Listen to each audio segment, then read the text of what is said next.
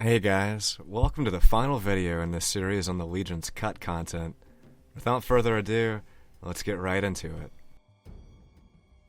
It appears that the Legion camp with rows and rows of tents outside of the fort was planned to be an explorable location. The slaves at the fort follow markers that lead them here, and the final one is called To Secondary Camp. It appears that the slaves would have carried supplies all the way from the secondary camp back up to the fort and then repeated the process. If we look at this area in the GEC, you can see that the developers had begun nav meshing this area. Essentially, a nav mesh is a collection of polygons that tells an actor where it can walk, so NPCs were clearly planned to navigate this area. Had this been implemented, traveling to the fort for the first time and exploring this massive secondary camp, overrun with countless Legion soldiers and slaves, would have been a striking image that depicted not only the vast strength of Caesar's Legion, but also the imminent danger that the Mojave is in. There's an unused Legion Messenger NPC, and his editor ID suggests that he would have been a random encounter. Unfortunately, he has no unique dialogue, so we'll never know what his message was. A cut quest at the fort would have involved infecting the Legion dogs and soldiers with an infectious disease. Remaining code suggests that Siri, the slave girl at the fort who sells items and makes healing powder, would have been standing near a dead Brahmin. This also suggests that she was originally placed outside the fort's Brahmin pit instead of her final location. Reinforcing this, there's another slave girl who was planned to sell items in this area, but she's disabled. Just a theory, but I assume that once this quest was cut, Siri was moved from the Brahmin Pen area and replaced the previous slave girl. Only the player lines in this exchange remain, but through a speech check, you would have been able to ask Siri about the sick or potentially dead Brahmin, and then convince her to give you the item infected Brahmin meat. Then you would have had the option to either place the infected Brahmin meat into the Legion dog bowls or the Legionary stew pot, or potentially both. Two unused messages, Fort Pot message and Fort Dog Bowl message, remain from this. It appears that the Legion stew pot in this quest would have been the one that's placed beside the slave girl mentioned earlier. You can still find the infected Brahmin meat item in-game inside the Ultra Alexis kitchen for some reason. It sadly serves no purpose other than being yet another reminder of what could have been had Obsidian had a longer development cycle for New Vegas.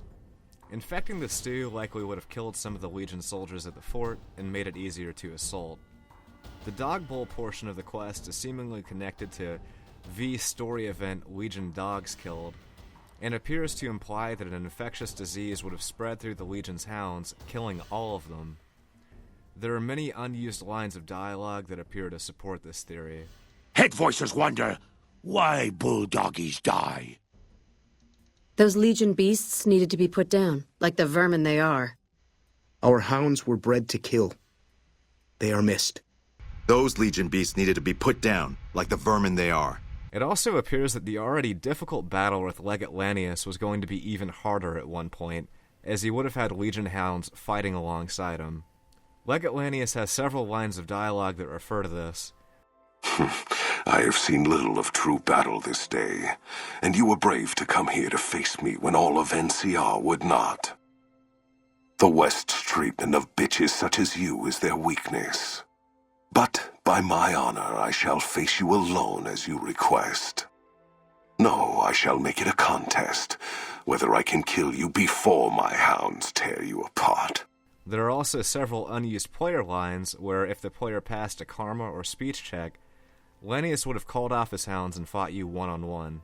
Cass's cut dialogue topic, V Cass Core Legate No Hounds, reveals that had the player infected the Legion's dog bowls with the infected Brahmin meat, Legate Lanius's dogs apparently would have died before you faced them.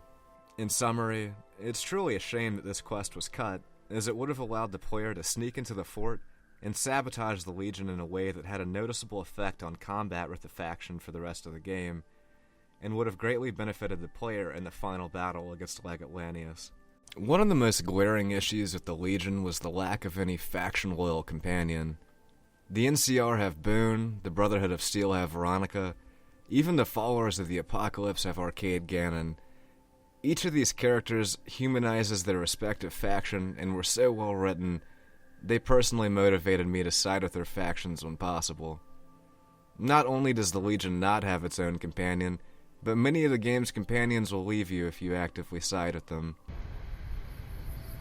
I told you I wouldn't work against the NCR. I meant it. I'm out of here. Boone, no.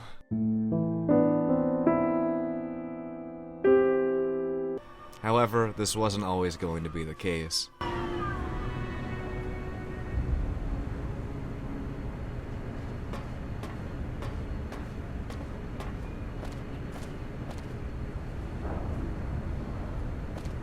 So you came, Frumentari, courier, whatever you are now.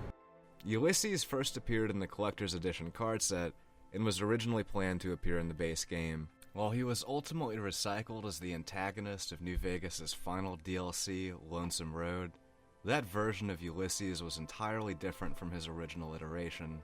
Confirming how his character changed throughout development, Ulysses' writer, Chris Avellone, said, "As far as Ulysses, there's been some talk that the DLCs feature material that was axed in the game, and that's largely incorrect.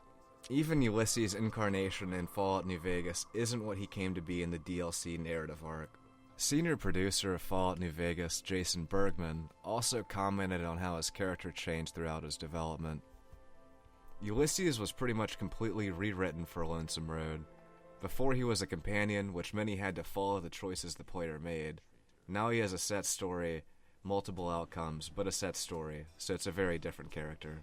Finally, commenting on why Ulysses was cut, Jason Bergman revealed, "It didn't have anything to do with disk space, just the amount of time involved in implementing his quest, dialogue, and getting it recorded, translated, and implemented across all our various versions.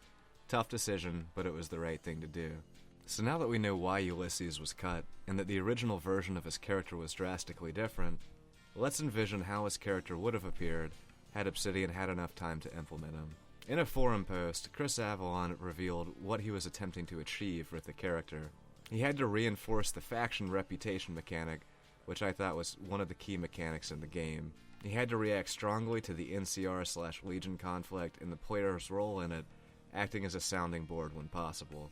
He had to be a Legion sympathetic character and explain Legion backstory elements, since there wasn't much Legion support in the companions. He had to continually remind the player of Hoover Dam as the focus, and his backstory incorporated that. He was the Frumentari who discovered the dam in NCR long ago.